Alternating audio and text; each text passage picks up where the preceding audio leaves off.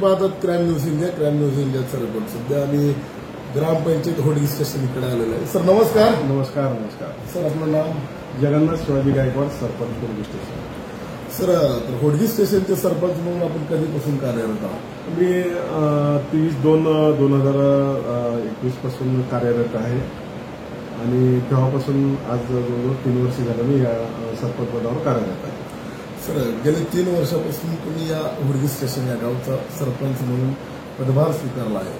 पदभार स्वीकारल्यापासून या गावाच्या विकासाच्या दृष्टिकोनातून कशा पद्धतीने काम केलेलं आहे? ज्यावेळेस माझी या ठिकाणी निवड झाली, त्या निवड झाल्याबरोबर करोनाचा काळ या ठिकाणी आला आणि 2-3 महिने म्हणजे तो त्यातून गेला. परंतु काम करत असताना या ठिकाणी जो मूळ मुद्दा जो गावचा विकास होता हा खूप खुंटलेला होता. 20-25 वर्षांनी या ठिकाणी एकही रोड ऑलरेडी या ठिकाणी नव्हते. एकही म्हणजे अंडरग्राऊंड वॉटर वगैरे काही नव्हता. विकास गावचा नव्हता. आणि या ठिकाणी 2008 पासून या ठिकाणी एनटीपीसी आलेली होती. त्याचा टॅक्स या ठिकाणी घेतलेला नव्हता मागच्या ग्रामपंचायतीने. मी आल्या या ठिकाणी पंचायत समितीला जाऊन मी बीडीओ साहेबांना संपर्क करून या ठिकाणी जो पेंडिंग पडलेली फाईल आहे या ठिकाणी बाहेर काढली एनटीपीसीची. आणि एनटीपीसीचा जो आमचा जो गावचा टॅक्स या ठिकाणी मिळाला पाहिजे, फक्त टॅक्सच नाही तर सीएसआर देखील आपल्या जो द्यावाचा असतो तो सीएसआर फंडातून देखील या ठिकाणी कामं या ठिकाणी द्यायला पाहिजे. या माध्यमातून मी एनटीपीसीकडून पंचायत समितीकडून निकाल लावून घेतला, स्टँडिंगला या ठिकाणी लावून घेतला आणि परत मुंबई हायकोर्टाकडून जाऊन मी या ठिकाणी एनटीपीसीचा टॅक्स या ठिकाणी गावाला मिळवून देण्याचा प्रयत्न पहिला प्राधान्य या ठिकाणी केला. ठीक आहे सर. तर प्रामुख्याने जे गावाला आपल्या गावामध्ये एक जो तुकडे एनटीपीसीचा जो गावाच्या लगत जो प्लांट आहे त्याचा जो टॅक्स असतो तो किमान साधारण जो शेअर्स आणि टॅक्स हा किमान प्रत्येक वर्षाला भरावा लागतो. तर हा सर किती साधारण येतो आपल्या ग्रामपंचायतीला? कसं झालं माहिती आहे का, 2008 पासून या ठिकाणी टॅक्स वसूल करायला पाहिजे का ग्रामपंचायतीनं, तर ते अद्यापही केलेली नव्हती. परंतु या ठिकाणी जो टॅक्स जो खुंटल्यात होता, रखडलेला होता आमचा, त्याचं आम्ही या ठिकाणी 2 टप्प्यामध्ये या ठिकाणी भरून घेतलेलं आहे. आणि साधारण या तिन्ही गावाच्या म्हणजे आयरोडी, पताडवाडी आणि होडगी स्टेशन तिन्ही गावच्या या ठिकाणी आम्ही सरपंचांनी म्हणून या ठिकाणी प्रयत्न करून या ठिकाणी 2 टप्प्यामध्ये या टॅक्स भरून घेतलेला आहे.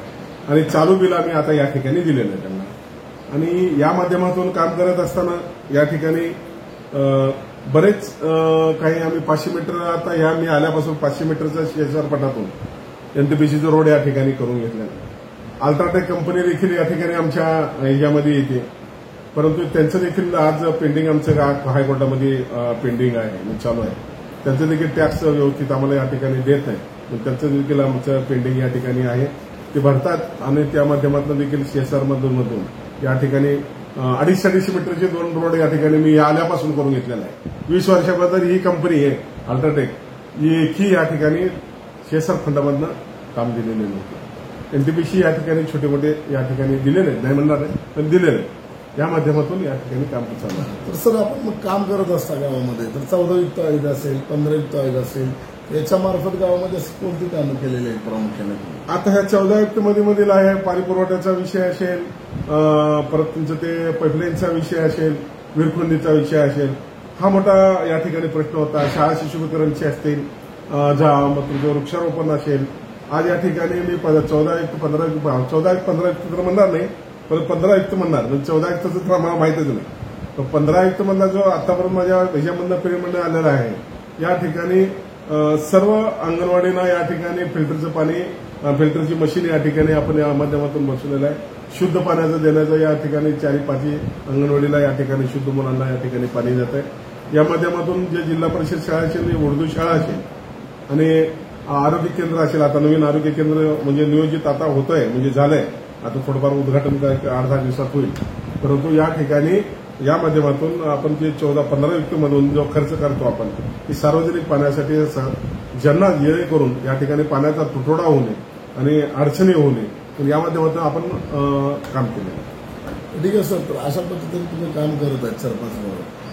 काम करत असताना गावातील घरकुल योजना असेल तर साधारण आपल्या गावामध्ये तुमच्या कालावधीमध्ये 3 वर्षामध्ये किती लोकांना त्याचा लाभ घेण्यात आला? घरकुलचा विषय जर बोलायला गेला तर काय झालं, हे तर इच्छुक 1,20,000 आहे, पण 1,20,000 मध्ये करण्यासाठी कोणी इच्छुक नाही आहे.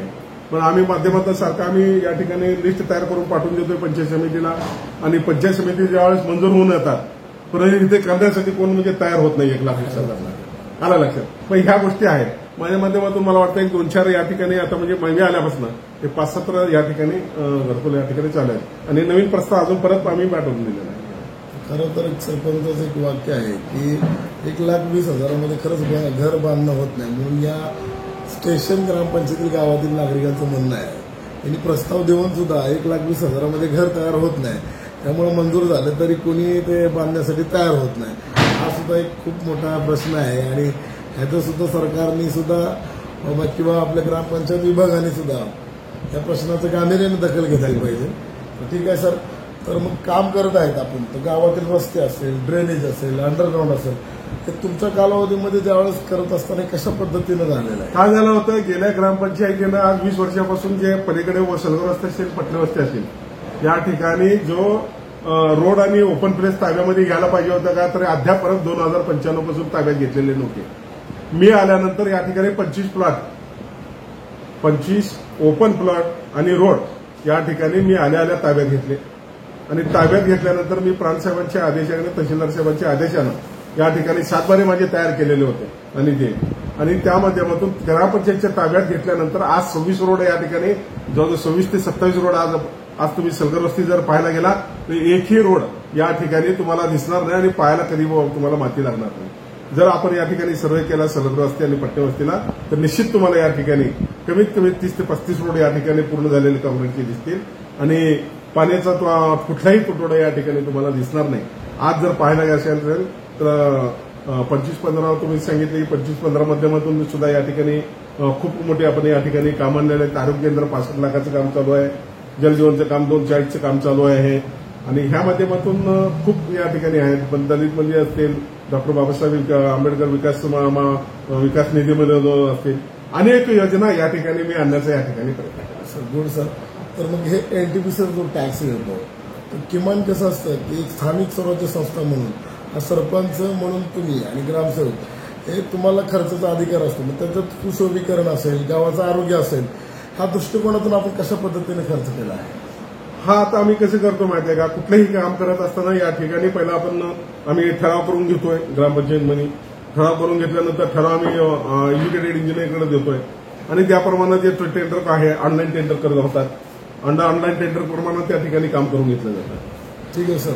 तर मग काम करत असताना तुम्ही आता सरपंच म्हणून इथं वार्षिक सभा असेल, तर वार्षिक सभा किती घेता सर्वसाधारण? जर 6 महिन्याला या ठिकाणी आपण ठरल्याप्रमाणे जे आदेश देतील म्हणजे ते तर 15 ऑगस्ट आणि 26 जानेवारी तर हा कंपल्सरी आहे, परंतु या ठिकाणी 2 ऑक्टोबर वगैरे अशी जे तारखा हे सर्वसाधारण जे मासिक सभा असेल पूर्ण घेतली. ग्रामपंचायतचे काही सदस्य असेल त्यांना काही गोष्टी करत असताना तुम्ही विश्वासात घेऊन काम करता? हो, विश्वासात घेऊन.